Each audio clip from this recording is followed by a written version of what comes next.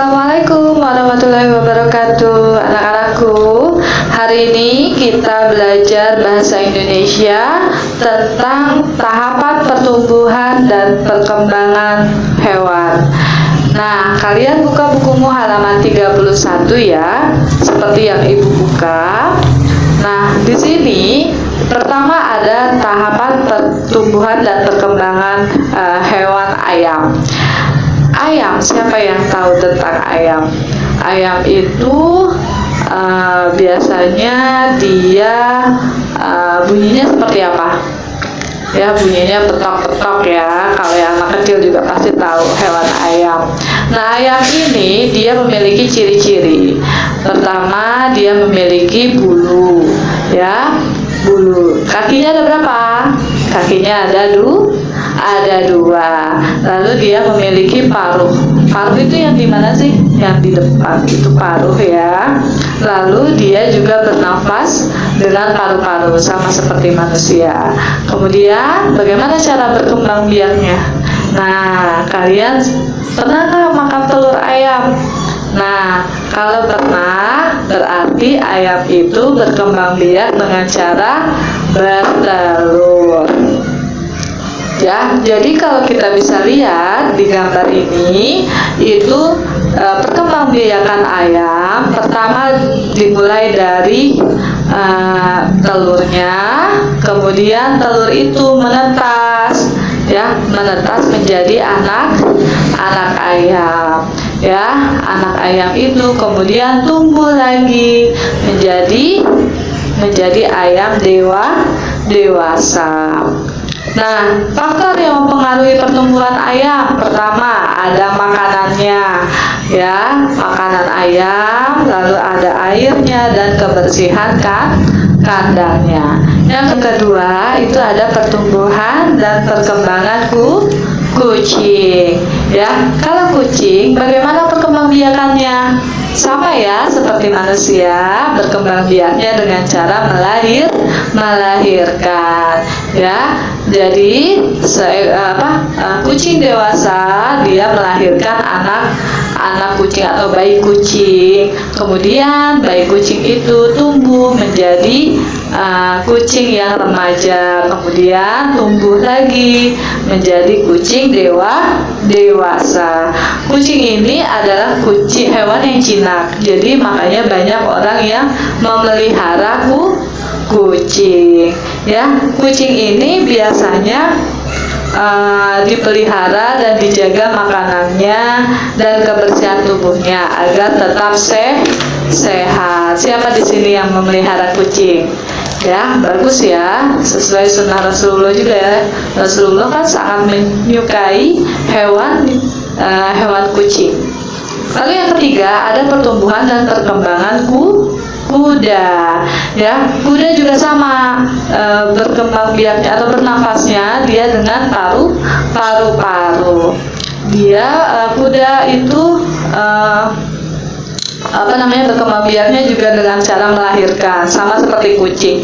Jadi ada bayi kuda dewasa melahirkan bayi kuda, ya, bayi kuda tumbuh menjadi kuda remaja, kemudian menjadi kuda dewasa.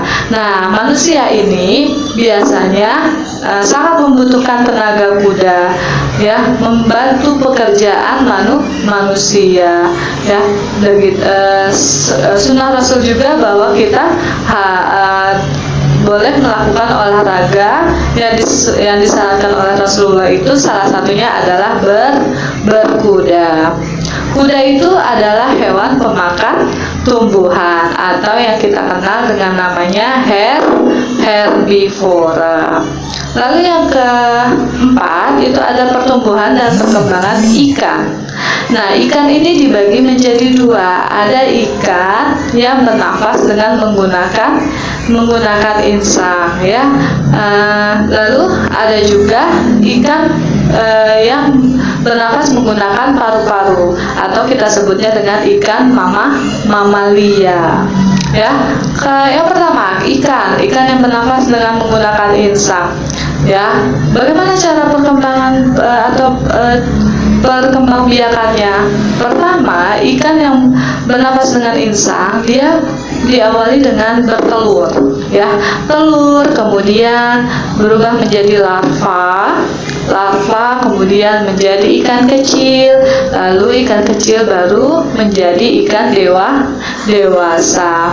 Banyak ikan yang cara bertelur perkembangbiakannya. Contoh, ada ikan mujair, ikan mas, ikan gurame, nila, tongkol, dan lain-lain. Lalu yang kedua, ada ikan mamalia. Mamalia itu berkembang biak dengan cara beranak, ya. Contohnya ada ikan hiu, lumba-lumba, ikan duyung, ya. Biasanya ikan mamalia ini memiliki tubuh yang sangat besar, ya. Lalu yang berikutnya ada pertumbuhan kupu-kupu. Kupu-kupu ini memiliki pertumbuhan daur hidup yang sangat sempurna.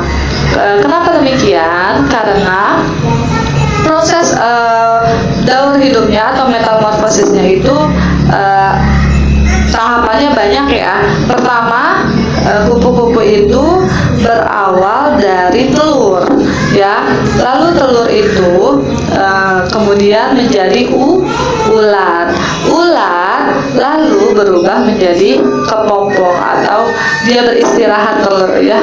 Setelah menjadi ular dia beristirahat menjadi kepompong. Setelah menjadi kepompong, kemudian dia baru bisa menjadi kupu-kupu.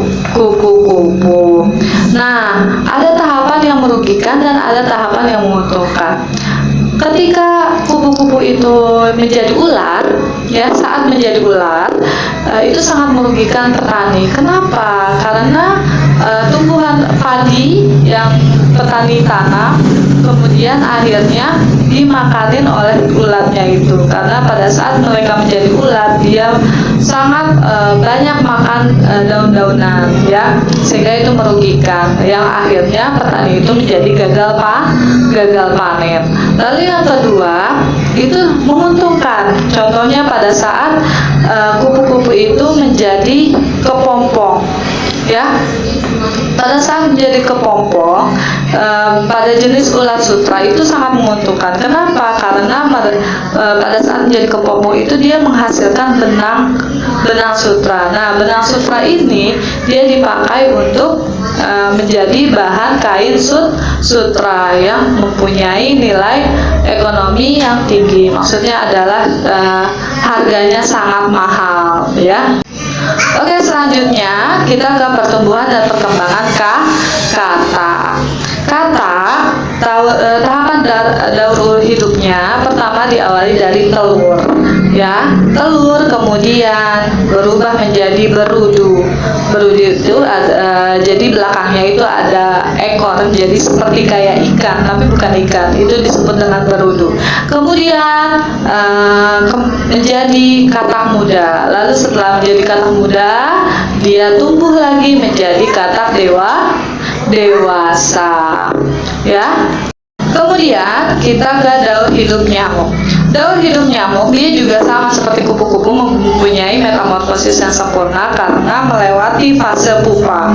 Nah, nyamuk itu bertelur di permukaan air dan menetas menjadi jentik-jentik, ya, yang biasa lihat kayak kecil-kecil, kalau kita bilangnya kayak cuk, ya, cuk, tapi itu sebutannya maksudnya adalah jentik, ya.